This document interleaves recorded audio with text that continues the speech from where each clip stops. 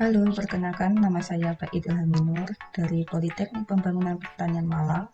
Dalam video ini akan menjelaskan mengenai pemanfaatan limbah tongkol jagung atau janggal sebagai media tanam untuk budidaya jamur-janggal. Yuk kita ikuti. Pada tahap yang pertama yaitu pemilihan tempat budidaya. Budidaya dapat dilakukan di tempat yang kurang terkena sinar matahari dan angin ataupun di dalam ruangan yang cukup lembab. Sebenarnya budidaya dapat dilakukan di luar ruangan namun harus ternaungi.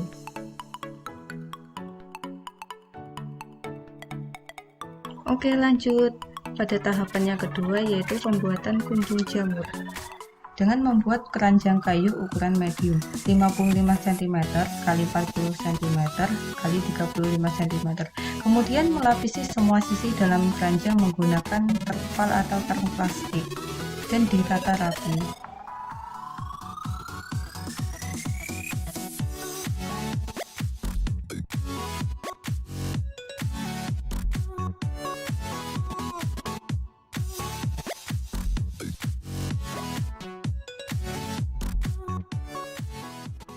Pada tahap yang ketiga yaitu pencampuran media tanam. Sebelumnya mempersiapkan bahan-bahan sebagai berikut.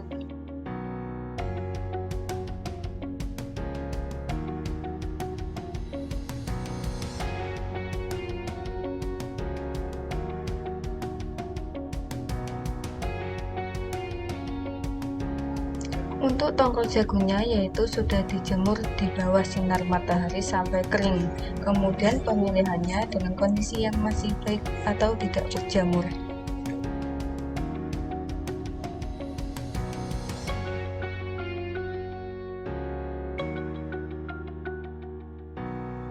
Lanjut tahap pencampuran ragi dan urea.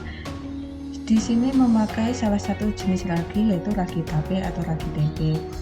Untuk biasanya ragi tape berbentuk butiran dan harus dihaluskan terlebih dahulu, kemudian dicampur rata dengan urea.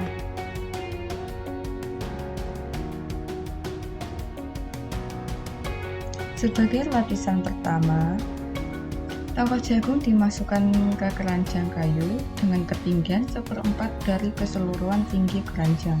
Kemudian dapat dipadatkan dan juga ditata serapi mungkin.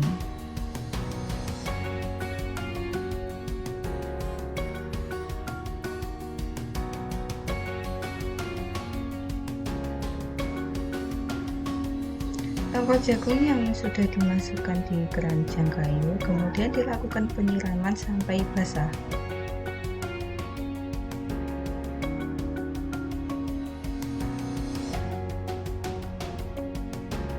Penyiraman dapat dilakukan dengan pressure sprayer ukuran 2 liter atau yang lainnya.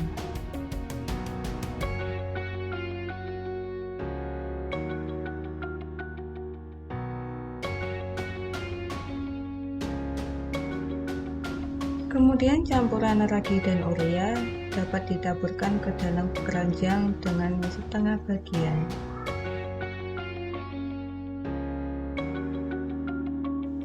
Begitu juga dengan bekatul dapat ditaburkan dengan setengah bagian.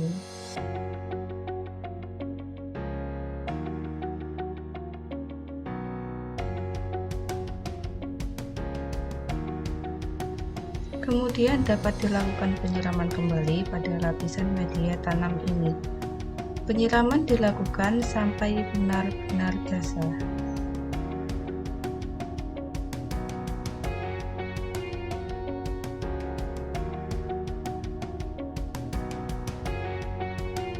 Kita sudah sampai pada tahap lapisan kedua untuk media tanam. Tongkol jagung dimasukkan kembali dan ditata rapi. Penyiraman juga dilakukan kembali sampai basah seperti pada lapisan yang pertama.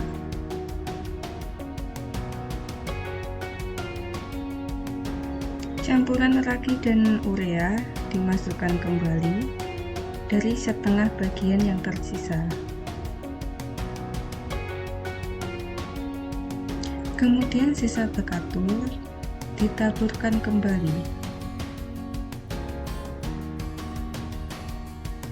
Tidak lupa juga melakukan penyiraman sampai basah.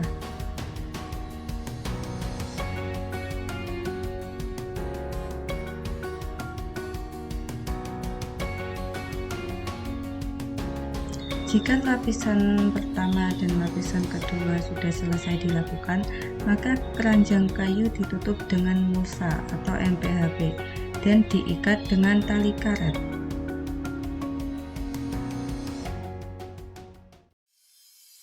Baik, kita sudah sampai pada tahap yang keempat, yaitu penyiraman media tanam. Penyiraman dapat dilakukan 2 hari sekali dengan melihat suhu dan kelembapan yang dapat dibantu dengan alat termohygrometer.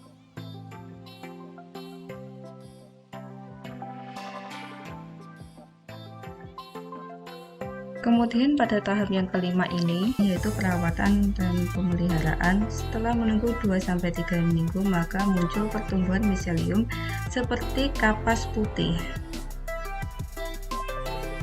Kemudian beberapa hari selanjutnya, maka pinhead mulai muncul dan terbentuk seperti benjolan-benjolan kecil.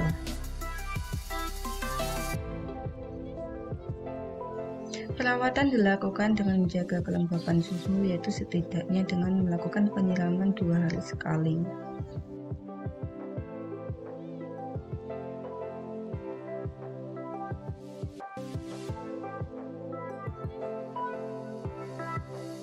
Pinhead selanjutnya mulai tumbuh menjadi jamur jungle.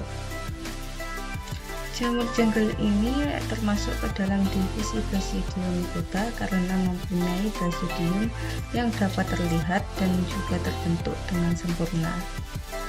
Jamur jungle masih sangat awam di kalangan masyarakat, namun dapat dimanfaatkan sebagai bahan makanan seperti jamur-jamur lainnya, yaitu seperti jamur tiram, jamur kuping, dan jamur merang. Oke, kita sudah sampai pada tahap yang ke-6, yaitu pemanenan jamur jungle.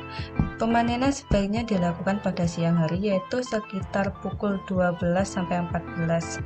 Hal ini dilakukan untuk menghindari jamur yang telah menghitam.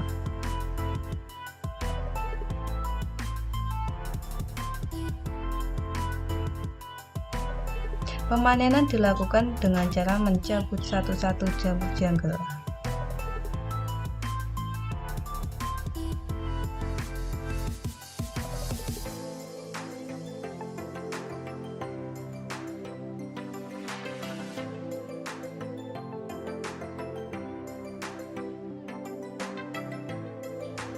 Jamur jungle yang telah dipanen dapat dikemas seperti gambar berikut ini.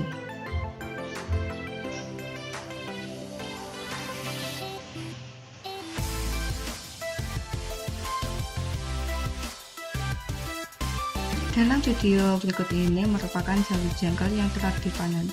Basidiumnya telah berwarna hitam dan sebaiknya jangan dikonsumsi. Ini miselium yang telah terkontaminasi.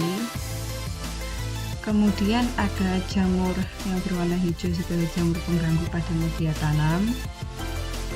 Kemudian untuk hama dari jamur jungle, yaitu kebanyakan adalah gurun yang dapat mengakibatkan gagal panen.